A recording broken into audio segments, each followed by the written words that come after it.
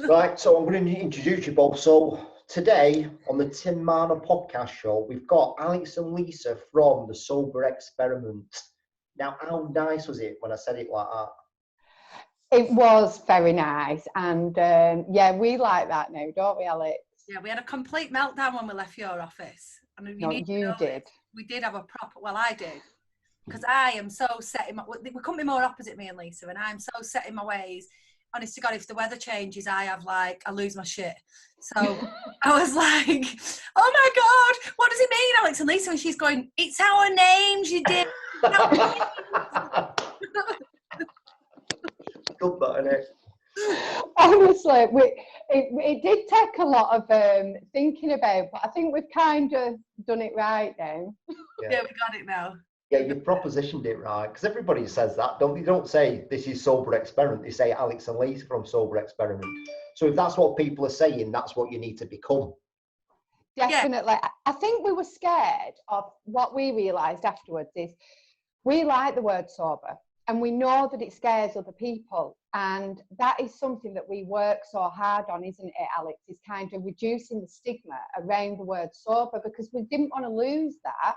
So although it might put some people off, we didn't want to lose. Do you know what I mean? We didn't want to be sober. Yeah. People don't get that. So just from people who don't know about you, Lisa, give me you first. Give me your sort of like background, just as a little bit of a summary. I hate going first. You've got 30 seconds, don't overdo it. You've got at least you came on first, so you're going first. Right, a summary. I was a binge drinker, or what would you would class as a binge drinker. Drinking at the weekend. I was in a relationship that revolved around drink. We met in a kitchen party and continued doing that.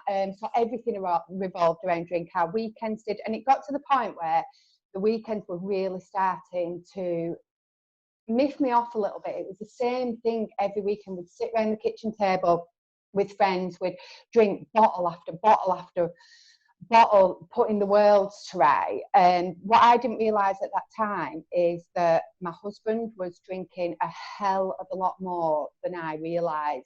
And I was kind of drinking more and more so I don't know, it was weird. What's the word I'm looking for, Alex? You were trying to kind of, I don't know, you didn't realise you were drinking so much because you were comparing yourself to him, so you kind of made it all right. So yeah, that's true. That word, the word I was looking for, but yeah. So it had got to that point, and he was drinking a lot more, and he was driving me insane. So then what I was doing, right, I was going out with my friends, slagging him off for drinking so much, but drinking with them, complaining about how much he was drinking. So long story short, we ended up splitting up, and I have 3 children, 3 teenagers, and they was all going through a bit of a rebellious time, especially my youngest. She was really, really struggling. There was a lot going on, and to kind of escape from that, I was drinking more and more at the weekend. I was using it as an excuse for me time. I was oversharing with people. I was just binging. I was finding myself in kitchens that I just didn't want to be in, and enough was enough. I woke up on a Monday morning absolutely hungover. I'd been to Sunday club, ended up in a kitchen again, came home, didn't make it for work, and I just looked at myself. I took a selfie, and it is there on our Instagram somewhere. It's disgusting. But I remember taking this picture thinking, this is to remind me how awful I feel right now, how anxious I feel, how much I hate myself, how everything's just caving in on me, and I just thought that's it. Time, would you say that you were an alcoholic at that time? No, and I don't ever class myself as an alcoholic. I just don't associate with that word, and I don't know why. I think it's because of the image that I've grown up thinking of an alcoholic. So I'd say I was definitely reliant on alcohol. But I think a lot of people are that don't realise they are. I think people that are drinking to cope with the kids or to cope with stress or to, you know, all these things, I think that is being reliant on alcohol. What about you, Alex? It's not far different, really. I mean, our children are of different ages, so I've got a really young little boy. So my life was a little bit different than Lisa's at that time. So while she was partying, I was like resettling down, if you like. And so my drinking kind of was more drinking in the house and doing it every day. So I'd get in from work and kind of have a drink to relax. And it would only be one. It wasn't like a big, and it wasn't every day. And then at the weekend, I'd have a massive blowout and just get absolutely shit-faced. And that was fine for a while. I was actually quite happy doing it, if I'm honest, or I thought I was. I guess my story starts quite a long time before. I had quite a difficult childhood, really. My dad was an alcoholic. I grew up in quite a violent household, not violent towards me and my sister, but my parents would drink and then they would fight, and then they would either be really, really bad or really, really good. So the really, really good kind of made you put up with the really, really bad and with each other. And my dad died 10 years ago actually, but 20 years ago he actually quit drinking, and everything changed really when he quit drinking, and my mum and dad started to get on well. But I kind of felt a little bit peeved, if I'm honest, that I'd missed out. I was 20 by then, and I'm thinking, well, why couldn't they have done that when I was 10 or 12? Why have they waited now and we've missed out? So inside, I didn't realise it at the time, but I was starting to hold on to quite a lot of bitterness about it, and fear. You know, I was quite scared. I was quite scared as a child, and the way that my fear came out is I would go and put a face on. I would do really well at school. I would, the opposite really. It is in many ways opposite to you, isn't it, Lisa? I would just put this front on, and I would be somebody in the public eye that was living a perfect kind of life. I was studying, I was achieving, I was earning money, I was successful, I was getting married, then I was getting divorced, then I got married, then I got divorced, then I got married again. So you basically, what you're doing is you're putting a mask on, aren't you? Yeah. Over the top of, but... Yeah, and I was really unhappy, but to the outside world, I had this 2.4 children, husband, all the rest of it, and I probably looked quite together. I held down a really good job. I was going out at the weekends and having a nice time, but there was no signs for me. And it came to a head with me about 2 years ago, really, is where it started to kind of fall apart for me, really. So myself and my husband, we'd already had a child. He's now 4, and we'd tried again for another baby, and I actually got pregnant, and I ended up miscarrying at 12 weeks. And I never drank in any of my pregnancies or anything like that. And Lisa, meanwhile, had stopped drinking during my pregnancy. So I kind of almost pretended that I'd stopped drinking with her. It wasn't real. I didn't intend to stop forever, but I was saying, yeah, I'm going to stop. I've definitely stopped. And because I was pregnant, it gave me an excuse. And then when I miscarried, it was like the ground was taken from under me, if I'm honest. I couldn't get myself together.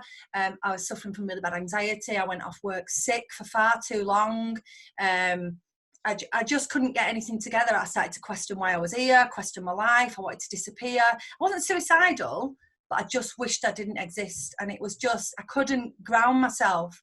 And it's actually 10 months ago today, weirdly. And I just woke up, similar sort of situation, absolutely crippling hangover. And the worst thing about it is that I'd had a good night. I'd had a reason, you know, we'd been drinking cocktails, had some wine, I'd been dancing, there'd been nothing bad, but I was sat in a corner, hating the fact that I'd miscarried, hating my childhood, hating the fact that I just was so self-loathing. I hated everything. And the night itself was really good. And I woke up and I just thought, this is no longer serving me. I'm just turning into a horrible person with it. I was attacking my husband. I was saying nasty things about my family, holding on to this bitterness. So I just had to let it go. And I phoned Lisa and I said, I need you to help me. I need you to help me. I can't do this anymore. And again, I didn't think I'm an alcoholic, but it was my escape. And when I felt sad, I would drink wine to numb it. I never felt anything apart from a level. I never went really happy and I never went really sad. I was almost numb to the world, and that's how I wanted to be, like a protection. And there's got to be a lot of people doing that, aren't there, without knowing it? Yeah, I think so. And I think it's only when you step out of it and look back into it that you see it. It's taken me till now to see it all the way through my journey, even though I would say I found it easy because I've had Lisa, first of all. My husband went sober with me and he's agreed that he would do it for a year to support me. Whether or not he'll carry on, I don't know. I don't really associate anymore with anyone who drinks. But all the way through it, up until maybe a month ago, I've been thinking, do I want to do this? Do I really want to do it? And I've been really happy doing it, but it's that kind of subconscious trigger all the time. So I found it relatively easy to do, but I've never really kind of accepted that this is better for me until very recently. And I fully do. There is no way on earth I will go back to a drink. I just know. And when I quit something or I put my mind to something, I'm blooming well do it. Well, we have kind of got a business. Yeah. So, say again, sorry, Tim. How long have you known each other, you two, then? 30 years. Yeah, 30 years. We grew up, we had all our rebellious times together, we had our wild times together, we settled down together, not as in together, but we settled down together. We got marriage breakdowns, we emigrated together, we have literally lived our lives. People probably think that Lisa copies me and I copy Lisa. I think that people genuinely think that we are sheep, but we make this like agreement that we're going to do something, and it doesn't always happen at the same time, does it, Lisa? It's like, no. But I mean, Lisa's convinced, for example, that if I wasn't married to who I'm married to, that I would become vegan. Yes, she would. I wouldn't. She would. She definitely would. I love a steak. Lisa, tell me about Sober Experiment then, please. So Sober Experiment started really early into your Sober Experiment, actually, Alex, didn't it? So I'd been sober for a long time, and I'd done Be Sober Manchester. I'm a founder of that with 2 other girls. So that was like sober meetups for people in the Manchester area.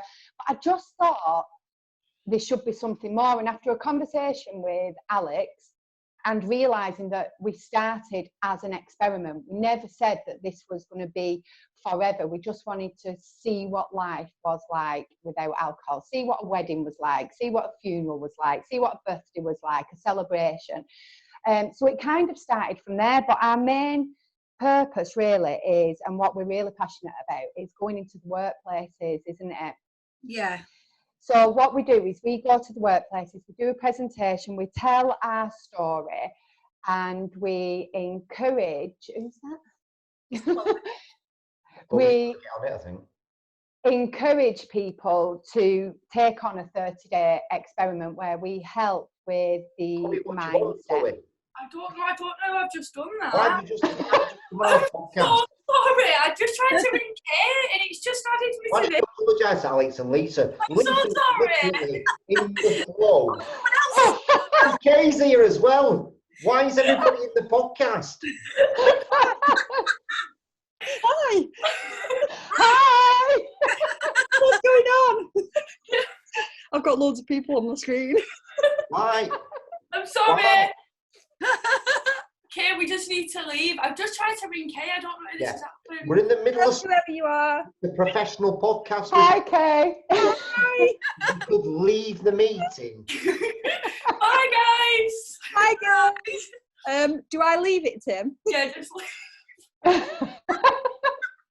Have fun, girls. Thanks. We're trying. Yeah, having fun. That was great. That was so funny. I bet Tim rang him and was like, right, come on, because in case it gets really boring, I need you two girls. Funny that, isn't it? Yeah, it's like when you're going on a date and you don't like someone, just give us that quick text. Text them no. Where were you up Sober to? Experiment. You are. You were saying about Sober Experiment.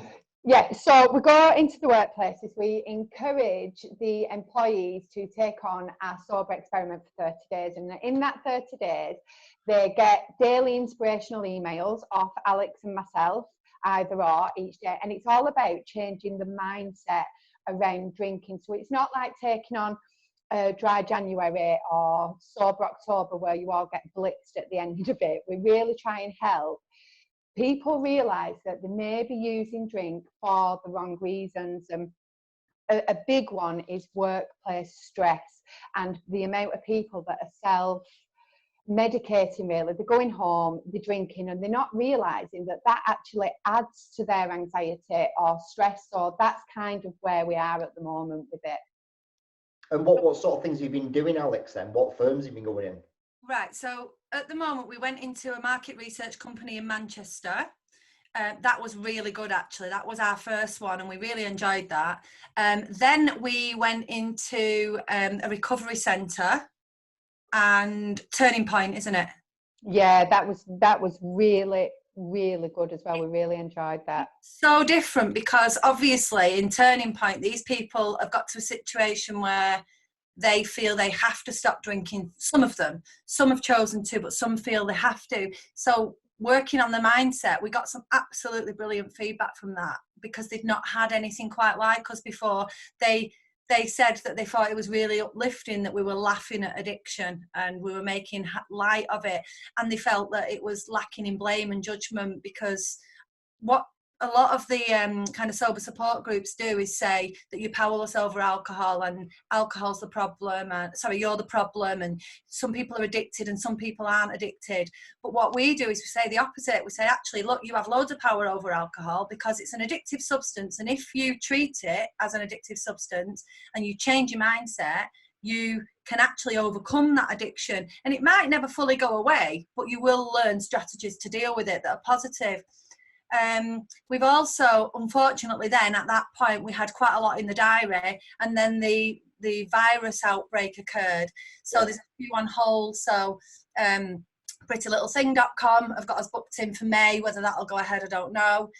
Manchester City Council, Thames, BP down in London, and we are in communication with Boohoo as well. So there's quite some, there's some quite big companies there who are interested in this purely for the well-being of their employees. So we're not forcing anything on anyone.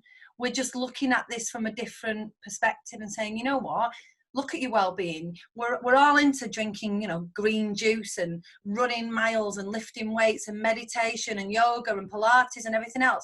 But then you're pouring a chemical into your body every single weekend that was banned as an anaesthetic in the 1970s because it's too toxic. Just doesn't add up. Very good, Alex. I like that. Yeah. Oh, she's good at that bit. Yeah, very good at that. I'm sober, man. Jesus. I don't drink, but if I was, I'd be stopping right now. You know what, though? It's like you just said, Alex. I've seen people now, we're all in lockdown, basically, aren't we? We can't go out. And I've seen people in the shops, they're going in, they've got the gloves on, they've got the masks on, and the trolley is full of booze. And I'm like, what? What are you doing? Yeah. I was saying last night, I went into the corner shop to pick up some essentials, and on my way out I spotted some Heineken Zeros, and I thought, I'll take them because I might fancy it, and put them on the counter, and the guy went, oh, you do know there's no alcohol in there, don't you? I was like, you fucking kidding me? You're warning me that I'm not putting poison in my body? And then I thought, don't rant, Alex, shut up, not everybody agrees, get out. Yeah. So I ranted in my shop yesterday, Alex. I went up to the post office, and I swear to God, the amount of booze in that shop, I've never seen anything like it. So it's always been at the back shelf, but up to the post office counter, there were boxes and boxes and boxes. And there were people coming in at like 11:45, buying the wine. And I just know they wouldn't have been normally doing that unless for this situation. So I think people are drinking a lot earlier. And I tried to hold it in, but as I walked out, I just couldn't help myself. And I was like, you should be stocking up on fruit and veg rather than all the alcohol. And I just tried out at the shop with them all like. Crazy. What both your, what I need to see from both of you more is videos like that. And not playing it so safe and actually giving opinion, because after meeting you both, and I love the fact that you've embraced the name and your own name, Alex. I need to see more of you two and what you two are about on camera. I at least need to be, just to be doing Zooms together and stuff, and just giving your opinions on what's going on and things like this. We definitely are scared. Yeah, I think we do, because one of the things that we like, and I think this is like the people pleasing nature of people like, and I will say this for both of us have been people pleasers all our lives, right? And that comes from upbringing, it comes from environment, it comes certainly from me, it comes from not wanting to exacerbate an existing problem in the household, so I would just do and say whatever it took to keep everybody calm. So it's like a learned behaviour, and I think that there's a lot of fear for both of us in sometimes being really honest, because we don't want to come across as preachy and judgmental, when actually we do. Because you know what, I sent Lisa about 20 images last night over messages, ranting, didn't I, Lisa? I was like, look at this. There was a woman on Instagram, not an account I follow, but I looked at a hashtag which was quarantinis, #quarantinis, and it's a trending one now where people are putting on their daytime drinks that they're having. And there was a woman there homeschooling her toddler who was younger than mine, and the toddler had a drink and she had a drink, and they were cheersing and they were dancing, and she'd actually called it mocktail mum. And it was like, I just thought, oh my God, it's all right making light of it, but this is normalising it for the next generation. And it's what's happened to us. It's normalising it again for another generation coming up. That Well, this you've got to do these fucking videos, Alex. You've got to do these videos. You two need to be the voice of this. You can't just keep it between you two. I agree. You know, every time I speak to you, Tim, you scare me, because I think, oh no, we're going to have to face another fear. But you are right, because it is things like this that do kind of annoy us. And like what Alex just said, to us, growing up, alcohol was completely normal. I'll say to people, I had a completely normal childhood. And then they tell me theirs, and I'm like, oh yeah, maybe it wasn't that normal. You know, and things like that. Yeah, maybe we should. I think we definitely do. All you've got to do is, you've both got Zoom now, right? You put it in speaker mode, right? And you click record, and it will switch between you both as you're talking. Yeah, and then you put that on Instagram. I think we should do it. Somebody has got to be the voice of this. Somebody has got to make people aware of stop making alcohol so fucking lightly, because it's like it takes grip of you. You don't even know that it's got you. You two have got to be the voice of it. Look, you're going to upset people, and people aren't going to agree with you, but you've got to be all right with that. Your intentions are helping people out, yes or no? Yes. Yeah, that's all we fucking care about. The only way we're going to do that is be a bit disruptive, and we've got to be all right with people saying, well, you're preaching, we're not doing that for that. We're doing it because we want to help people out, change people's perceptions on drinking alcohol. It's all right in moderation, but the motherfucker can grip you. Yeah. I've seen it, and it's awful. See, I worry, because we support the charity NACOA, and when we get into profit, which hopefully we will at some point in our lifetime, we are pledged to donate 10% of all our profits to them, mainly because it's so close to our hearts, particularly mine. And it's the National Association for Children of Alcoholics. And that's what frightens me the most at the moment. And this is what I really want to get across. And it terrifies me. I grew up in a household where alcohol was normalised. I grew up in a household where violence happened because people couldn't reason with each other because they were under the influence of alcohol. Not because they didn't love each other, not because they didn't love us. They just were poisoned and argumentative. And it ruined my childhood. It did. And I will say that, and I do apologise for it sometimes, probably too much, but it ruined my childhood. I didn't have one because of it. And what frightens me now, particularly at this moment in time, is people are starting drinking, like Lisa's just said, at 11 o'clock in the morning whilst homeschooling their children, and they will lose patience, they will lose concentration, they're not going to be able to focus on the problems that their children have and their children's emotions, and these kids are being subjected to it. And I'm not suggesting that everybody who drinks at 11 o'clock in the morning during this time is an alcoholic, but why are you drinking at 11 o'clock in the morning if you're not dependent on it? Because what does it actually add to your day? By 3 o'clock, you want to go to sleep and you feel like shit. Fact. The other thing as well, I think, is... No excuse not doing videos, you're doing me fucking head in. I've seen some of the posts you put out, and they're all right. Listen, they're all right. They're too funny, aren't they? They're just like safe. I'm talking about two personalities that I really like here. They've got a really strong message. Yeah. You've got to start doing these videos. Both of you are really articulate, and the way you talk, you come across really well. You've got absolutely no excuse. No excuse. We need to Staying on this Zoom call after Lisa. Right now's the time to be doing it as well. It's dead easy. It is. And I think we're both feeling a little bit braver at the moment. I know, like what Alex was just saying then, the other thing is when people are drinking right now, they are their children or the people around them, that drinking is helping them cope, that drinking is helping with this current situation. And I'm just going to throw this out there, right? Why haven't off licenses shut, just out of interest? Why is it all right? Why is everything else short? But actually, alcohol, but nobody's short of that. All the shops are still full of that. Why? Because it makes the government over £10 billion a year. That's why. Right. Let me ask you both this question. Why are you just talking about this between you two? Not as at the end of this call and this podcast, we're not. And what you need to do is you need to start doing little videos like this together on Zoom, right? You say, I am Alex, I am Lisa, and we are Sober Experiment. Today we're talking about why the fuck our off licenses shut. And at the end you go, look, if anybody wants to message us, and we'll give you help. In this time, more than ever, people need help, right? And that's all we're doing them videos for.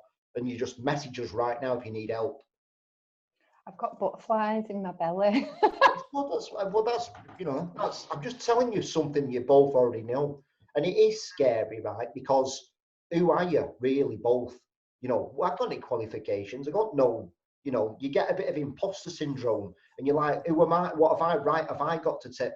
It's just our opinion. We've been through life and experiences, and that's better than any qualification you've ever got.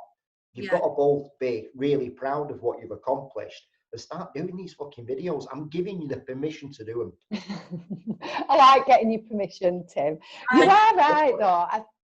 We do chicken out on it, and it's weird because I suppose we're contradicting ourselves. In one way, we're saying we're really proud to be sober and we're going to shout about it.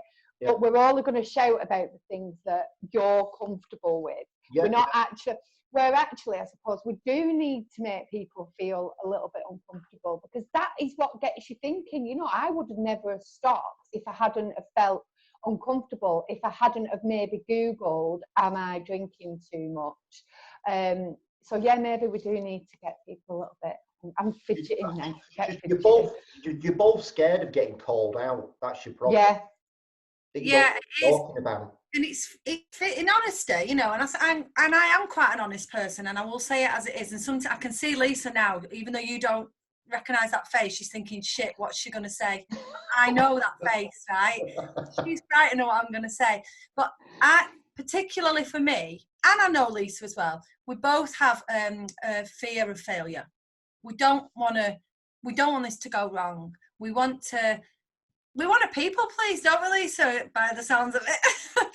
Yeah, I didn't realise how much we did want to people please. It's like therapy, this, isn't it? We leave, I'm going to go off here and lose my shit and go, oh, Lisa, yeah, Alex, and I don't know what to do. This is what she did after we saw you. This is how much of a people pleaser she is, right? The first time we met you, she was like, yeah. We got in the car and she was like, yeah, we're not doing any of that. That is funny, that. It took me about a week, didn't it, to come round? Oh, it was awful, Tim. I'm not joking. Every morning before work, we speak to each other, don't we? So it's like quite early.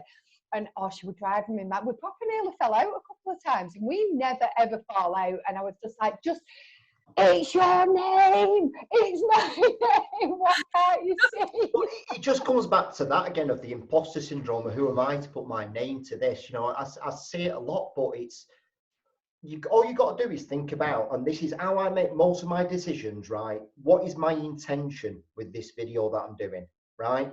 I've got no qualifications. I've got expelled from school, asked to leave from college. I've got nothing. All I've got is my opinion and my intentions. My intentions are to look after people and give them the right advice so they can succeed. That's it. Yeah. The shadow that I'm casting, that most people get scared of and don't do anything, are, who the hell does he think he is? What right has he got to say it? He's got no qualifications. if I looked at that, I'd end up doing nothing. Yeah. And there's a thing that's like, you get paralysis by analysis. And if you start over-analysing what the shadow you're casting, you end up doing nothing, and it paralyses you. My intention is to look after people and give the right information so people can succeed. I think that's How what can you go really wrong? helped us. When you spoke to us at the beginning and you'd said, like, what is your intention? What's your aim? We sat And there we've like knobs, didn't we? we was like, oh, and in all honesty, I don't think we knew at that point when we met you what we really wanted. We were like toying with the idea of, you know, some drinks companies were getting in touch with us and they were like, do you want to promote this? Do you want to do that? And then after you said that, we really thought about it, didn't we? And we was like, we don't want to promote non-alcoholic drinks. We want to help people who are struggling with alcohol or don't yet know that they struggle. That's just what we want to do. We just want to help people. Yeah, we did full on find our cat, because when we walked into your office, we walked in with the intention of advertising 2 or 3 different drinks brands, events, running events, doing workplaces, doing the podcasts, and doing individual 30-day experiments. That was our intention. When we left doing workplaces and 30-day experiments. That's it. We just stripped it back and said, you know what, we're doing all this and we don't want to do it. This is not. That's because you became Alex and Lisa, not Sober Experiment. That's what I was saying about the switch. That's what Alex and Lisa are about. Sober Experiment were about promoting alcoholic drinks and all this. Alex and Lisa's not about that. Alex and Lisa's the brand. Sober Experiment's just a product. Yeah. That was what. Don't mash with my head again now. It's taken me God knows how many months to get this right. I'm like, yeah, we're the brand. We're the brand, Lisa. Yeah, we're the brand. Lisa, it's hard. Like I said, the imposter syndrome. Who am I? What, you know, I've not any qualifications. All this kind of come, but you've got to embrace who you are. I think that's it. I could feel your frustration, because I really did. Honestly, I know that like people say this, but I really did phone her every morning going, I don't get it. Lisa, I don't get it. What does he mean by we're the brand? And she's just like going, Alex, we are the fucking brand. That's all honest. she's saying. And I was going, yeah, but what does that mean? And she was like, stop thinking about it. She was like saying, we don't want to lose the Sober Experiment. We're like, that's what it is. And I'm like, we're not doing. We've got that. We've got the show. Oh, it was a nightmare. But it might be me that's a nightmare now, because as much as I have realised what a people pleaser I am, and I'm a right and opinionated sod, like aren't I, Alex? You are. I think I am, and I think I'm scared. There's nothing wrong with that. You don't want to upset people, but you're going to have to. You're going to have to. But our intentions aren't to do that. Yeah? It's not intentions to go out and hurt people. Our intentions are to help as many people as we can. The only way you're going to do that is you two need to get on video, because you're mint on video. I wouldn't even do. Had we done a video at the point of? Oh yeah, we'd done one on the way to Tim's that day, hadn't we? But that was something I was so uncomfortable with. Like this, I can't even believe I'm doing this. This is weird. Like to this day, I can't believe I do videos and a podcast. Why? Imposter syndrome. I can't believe it. Honestly, I'm really. It's just hit me now. I have to phone her up and say, will you come and do a video? And she's like, oh no, I can't. No, my belly. No, I can't. And I go, yeah, you can. You do this all the time. Get on the video. And so this is, I suppose, where we are pretty good for each other, because she'll bring me down off my sort of high horse and say, look, just be your name. You're fine. That's what you call. Don't be a dickhead about it. And I sort of go, get on the camera. You're brilliant at it. You're brilliant. So we do. Our strengths and weaknesses kind of complement each other, don't they? Yeah, definitely. Yeah. I mean, I told you before, I'm not going to go into it, but this is very, very close to my heart, this subject, and that's why I push us both so much. That I really want you to help as many people out as you can. The only way you're going to do it is videos. Honestly, it's 1,000,000%. You start doing videos literally every day. Honestly, you will, both of you. You have to owe me something. Like some sort of present or something. Yeah. Right? But honestly, I'd tell you both to stop if I didn't believe in you both. You're literally sitting on a gold mine as well. I know money's not everything, but obviously, you know, if your kids get ill and stuff, we need money for that. Yeah. But yeah, our main thing is to help. You know, I think you know, put a figure on it. You know, we're talking about 1 million women that you want to, before you two leave the planet, you want to affect 1 million women's lives or anybody's lives. Don't know why I said women, but to do that, obviously you can't physically go and see 1 million people. The way we do it is videos. Yeah. But if you count it up at the end of the day that you're in your deathbed and you go, you know what, it's affected 1 million people's lives, I'm just like, fucking hell, that's some life you've had. And the feeling of help somebody is just amazing. We had on our Facebook group yesterday, there was a lady that commented that she was now 7 months sober. Now, this lady joined us at the very, very beginning when we didn't even know what we were doing. We told everyone we knew what we were doing, but we didn't even know what we were doing. We opened this group and we was like, right, join us, do 30 days in September. And this woman joined us and, oh my God, she struggled. She struggle, Alex? Yeah, she made some, like, she got offended easily by just little things, didn't she, at one point? Yeah, like I put a post up about being positive on our Instagram, and she wrote underneath it like, not everybody can feel like this. And she had a right rant about it, and she just really struggled. And to see her now, her posts are always so inspiring, smiley, positive, and she's 7 months sober. It's changed her life. And to actually think that we helped in that is just amazing. Like, it really is, isn't it? She actually says it's down to you two, doesn't she? She says it. Yeah. And to feel that you've had that effect on somebody, that you've helped somebody. And you know what really helps? And this was a time, so you are right, we do need to be more open and honest and put our opinions out there, because via private messages early on, we had to be quite brutal with her and be like, right, this is what you're doing, this is what you need to do. You kind of need to stop feeling sorry for yourself, pull yourself together, think of all the positive, and it actually really helps. But yet we wouldn't have put that on the main page or on our Instagram page, but behind the scenes we were quite ruthless, weren't we? Yeah, and I do think when we are ruthless, I mean, we've had it work the wrong way as well, because we did have another lady around the same time she just wanted us to do it for her. She's left. She's not done it. She just was like, well, it's hard work. Yeah, it is bloody hard work. You know what? You're giving up something that your body's been dependent on, your brain's dependent on. You've got a chemical imbalance in your brain now because you've been pouring this in. You can't sleep because your brain doesn't know how to give you natural sleep chemicals anymore. You're pouring alcohol in. So it's going to be bloody hard work. What do you want it to be? And she was just like, oh, I don't think I need to quit anymore. And she left. So nothing bad's happened to us from that, has it? You know, it's going to work for some, it ain't going to work for others.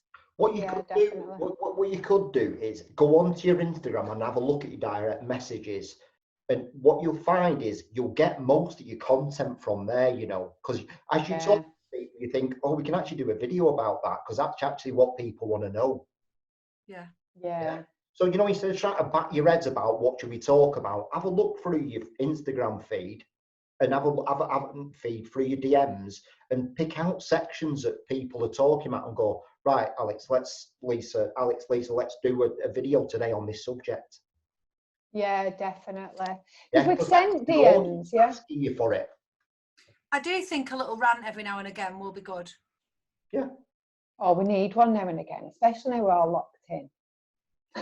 I feel really strongly, like I say, about the parents drinking in the home around their children as a coping strategy. And, you know, there's been another one the other day. This really pissed me off. I do want to do a video on that. In a homeschooling group, you know what I'm going to say, don't you? Yeah. In a homeschooling group, a woman, and it was done as a joke, but it's not funny. It isn't funny, because there are some people who are doing it makes me laugh when she does that. It's good. Bottle of wine, and she's got a glass, and she fills the glass, and she goes, whole, and then she gulps and goes 3/4, and then she gulps and she goes half. She gulps, she goes quarter, and then she gulps and she goes 0. Recap. whole. And honest to God, she downed this bottle of wine. I only sent a little bit of it to Lisa, but she downed this bottle of wine in the space of a 3 or 4 minute video. And that's what she's posting in there. And I'm thinking, all right, I can see the funny side of it. But what's not so funny is now you're pissed. Pissed. Now you're pissed, what are you going to do? Can't take fractions now, can you? You'll be falling over in a bit. The only fraction you're going to have is the freaking minus sign while you lay horizontal on the floor, dickhead. What do you think about doing a video on that, Lisa? Yeah. No, I'm up for it. I do. But you know what? Oh, am I up for it? Yeah, of course I'm up for it. I'm scared. I'm scared because there's so many people doing it. So we're actually, the majority of the population, right, by us doing this video are going to be really offended. But you know what? They should be offended because, like Alex says, it's not funny, is it? But you don't mention any names or anything, do you? You're not calling anybody out, but you're just telling experiences and what you've seen and stuff like this. You know what I mean? We don't want to name and shame people, but you know, people need to fucking know it's not right. That I get the funny side, but you laugh for about a second and then you go, "Wait a minute, sweetheart, it's not funny." That this is the thing, Tim, and this again is where we've said about it being normalised, because I've got to be really honest here. This is stuff that I probably would have done. You know, when that switch has got to click. So I suppose this is what you're saying, is that it takes people, or it's going to take people like us now, to help connect the two. That it's not really funny, because we would have done stuff like that. I look back, I'd get scared to death of the memories on Facebook that you get. Yeah. Every single memory from 2 years and past is alcohol related. Everything. From, I've got a child-free weekend, one night without alcohol is more than enough. Just everything is about booze. And I'd never, ever connected the two. Well, so I was one of those dickheads. That's video as well, you know, to actually, you know, say to people, look down your feed and have count how many posts you've got alcohol in your hand or you're relating to alcohol in your posts. Yeah, that's a good idea. Write that down. Yeah. It's just a nice way of looking at people. And then tell people to comment below. Look, she's on one now. Got the notepad out. Which is how you come out. It's just you see stuff and then you don't realise that you need to write it down. It's like a really good idea. Yeah, no, you're right. I like that. do you know the just going back for a second to that, the maths one, what really worried me about that, and I think this is a bit of my own insecurity as well, is I know I have downed full bottles of wine in far too short of a time, and I'm talking like in the space of an hour I might have finished a bottle of wine, not in the space of minutes. I also know that, and I use this phrase and I use it in the real sense of it, I could drink loads of people right under the table. That was my thing. I loved to drink and I could keep up with the best of them. But towards the end of my drinking, I would actually start blacking out. And so after a bottle of wine, and when I say blacking out, I wasn't unconscious. So I'd have a bottle of wine and then I'd be walking around and I would have no memory and I could never got it back of what I'd done. And I've got this thing, and I don't share this a lot because I'm ashamed of it, but I'm gonna. I know for a fact at some point when my eldest two children, they're now 14 and 12, they were little and they were in bed. I know for a fact when I've been on my own in my single parent stage, I'd finished wine, probably 2 bottles, and I've driven to the shop and got another one before it closed at 10. And I know I've done it.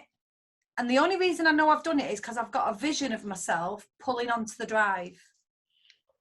But no memory of anything else. No memory of how long I was, what I bought, where I went.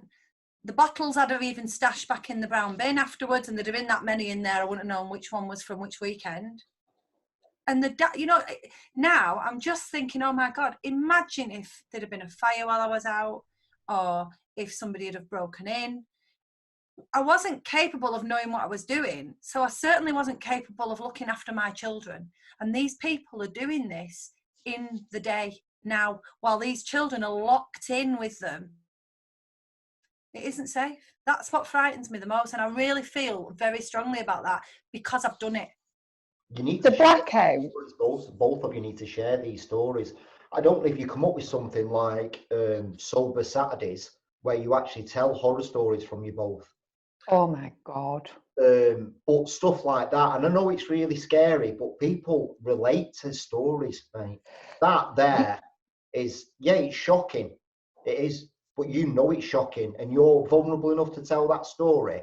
I think that's what needs to be told right now. People need to think about it and go, fucking hell, I can relate to that. And it just switches that in the mind that they message you. I go, Alex, I fucking need to get out of this. Yeah. Yeah. You know what, as well, with these blackouts, people don't realise that they're actually having blackouts. When they're saying, oh, I don't remember that from last night, or I don't remember going to bed, or I don't, they genuinely don't remember. And that is what is called a blackout. Now, I never thought I was a drinker to the point of blackout. And it weren't till I was sober a while until I realised that I was. And like you said, with the horror stories, you don't admit them to yourself. It's weird. It's not until you're sober you start to remember all these things that you did, because you mentally block them out because you're so horrified yourself. Or you'll ring your best friend like we used to do and go, shit, I think I did this last night. And your best friend will say, oh, it's all right, I've done worse than that, it's fine. Yeah. And you make excuses for it, and you don't admit it, never mind to anybody else. You don't admit it to yourself. And when you get sober, you start thinking, shit, I did this, I did that. And I suppose we are getting a lot braver into being able to talk about it. My son said to me a few weeks ago, and he's 17 now, and he said, do you remember driving home from grandma's and you went all like zigzagging in car? And I swear to God, if I'd have been drinking, or I drink at this point, I'd have said, shut up, Ben, don't be so stupid, I wouldn't do that. And I'd have lied to him and he would have been in the car. I'd have lied to myself. Whereas actually I was like, I am so sorry, I did that. Now, my mum lives at the top of the road. It's literally one street down, one street across. I've had a bottle of wine or maybe a little bit more, and I've gone, oh, I'll just take the car home, I'll just go down the back street. I'd have never told anybody that. I wouldn't have even told my own kids it, and they were in the car. Yeah. It's mental. It's because of shame, isn't it? These are the stories you need to do. And I think you can start off doing them, but then what you can do is actually get your audience involved as well, to actually share their story. Look, you say, look, we're not going to put your name in there, but we want to tell people story of what alcohol can do to you. And maybe you do it every Saturday, that it is a sober Saturday, that once you hear this story, it sobers you up. Is there something that this has kind of gone, fucking hellfire? I'm like, I've done that. Yeah, because people who have done it, they're just not telling themselves that they've done it. The problem with a blackout is as well, though, when you've had one, and Lisa will say the same, it's like you'll never get those memories back. So you do remember things, you get flashbacks, but the bits that are missing for good, and that is scientifically proven. So you're doing things, you're walking around basically like a zombie. I've got another one where I went to a works do one lunchtime, and I'd said to my husband, I'll be back about 6. And so it's 12 till 6. So that's enough time to drink. And for whatever reason, I remember getting off the metro in Piccadilly Gardens in Manchester. And the next thing I remember is staggering down the street with a pound in my hand, trying to put it in the phone box with vomit down myself. I swear to God, I lost about 7 hours. Genuinely lost 7 hours. I don't know where I was. I don't know what I've done. I don't know who I was with. And I genuinely don't know that. And when I came back the next day and he was like, where were you last night? I was like, I don't know. Obviously, he's like, what are you hiding? And I'm like, I don't know. I drank that much, didn't know what I was doing. Still can never, ever get that back. And he didn't speak to me for nearly a week, because he was like, do you know how scared I was that your phone was off? You were staggering up the road with vomit down yourself. I thought you'd been raped or murdered, or I just didn't know what had happened to you. And I was just like, oh, come on, don't be so boring, it's fine. It's just, that's what it does to you. Now I look back and I'm actually horrified. I'm horrified that I put my family into that situation. Nobody knows all these stories, girls, and it's like, it's now everybody's in quarantine, and it's going to be rife more than ever.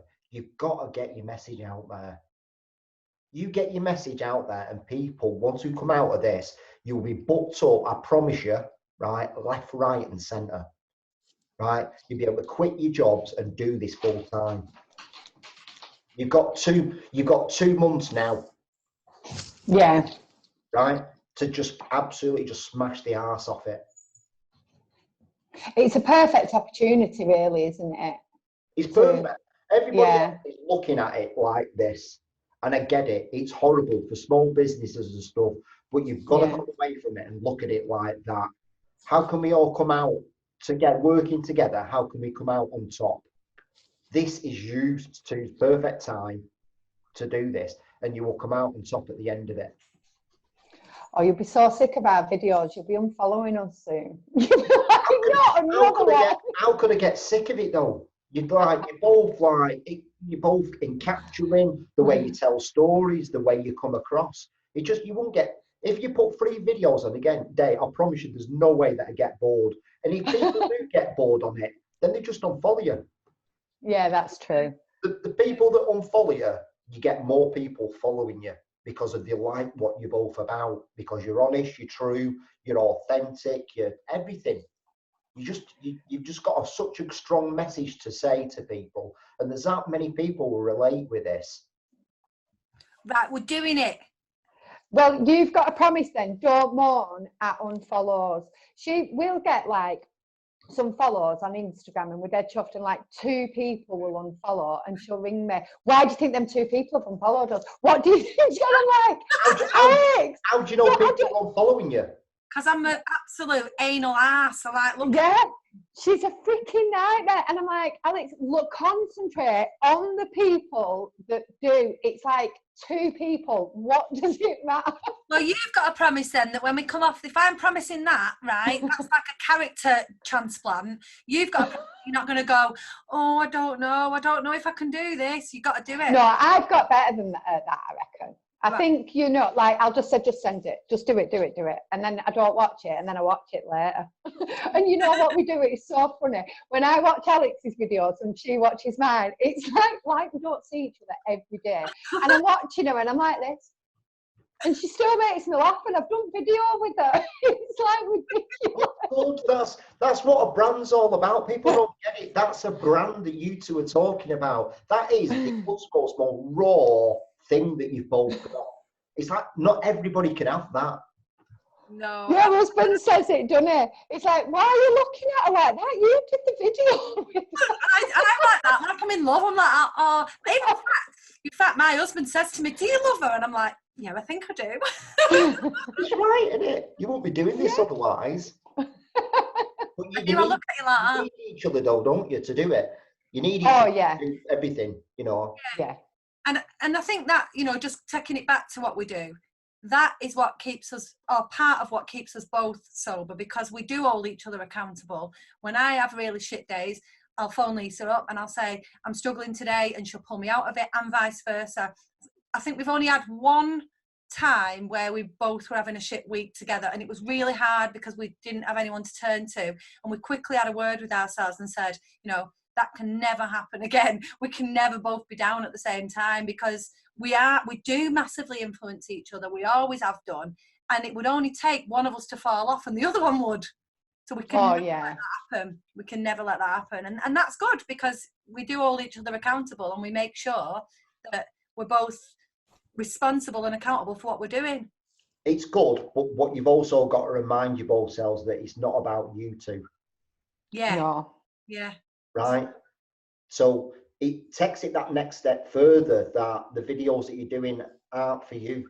Yeah. They're for other people. So these other people that need your help, it's actually gives you a bit more of a kick up the arse to say, look, we need to fucking do these videos. Because there's people out there suffering right now in quarantine at home with the kids. They haven't got any help. They don't know where to look for.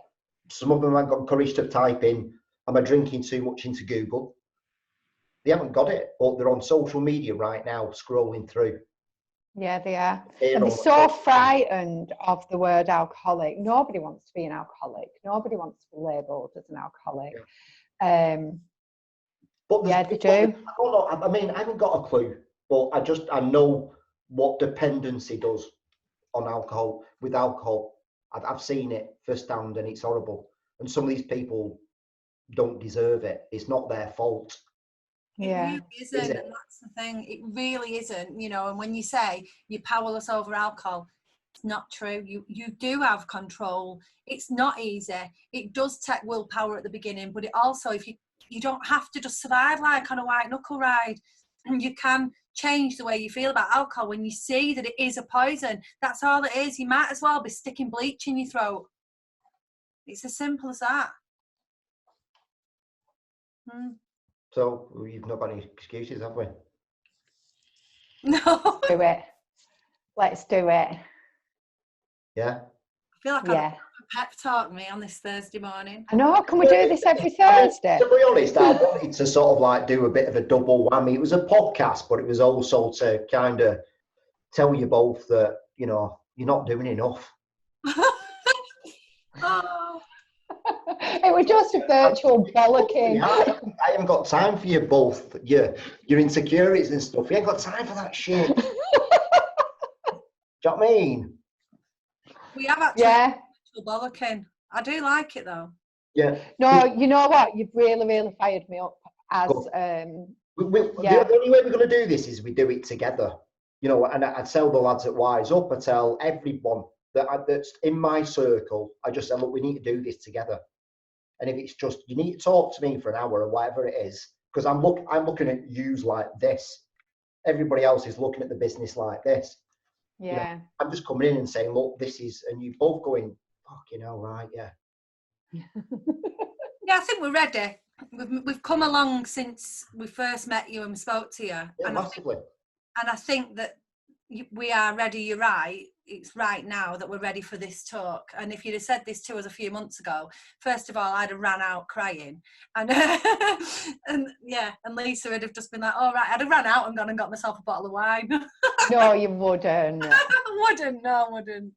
But it's there though, isn't it? It is like you just saying that as a joke. That is common thing that people do. It is, and it is what I would have done at one point. You know, anything that I didn't cope with, that's what I would have done. And it wouldn't have been like, oh, come on, down the whiskey, like you picture an alcoholic. Maybe I am an alcoholic because maybe that's what an alcoholic is, somebody who uses alcohol to cope with life. And in honesty, I did do that. I definitely did do that. I have had feelings in the last 10 months that I didn't know existed. I have found it incredibly difficult to sit and feel pain and sadness and grief. I've grieved over my dad. He died over 10 years ago. And I've grieved for properly. I mean, I grieved at the time, but only for like a few days. And then I drank wine to numb it. And then over time it passes. I've actually sat and thought, oh my God, that was my dad. It was his life. These feelings that have just been buried and numbed out, and they've come. It's not easy. None of it's easy.